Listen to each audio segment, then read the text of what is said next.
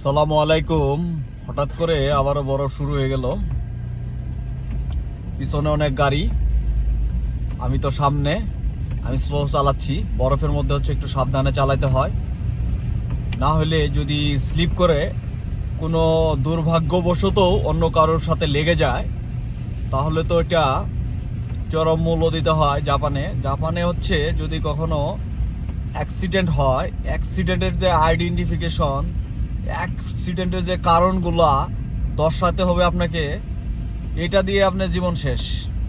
বাকিটা তো স্টেপ আছেই, অনেক ধরনের স্টেপ আছে।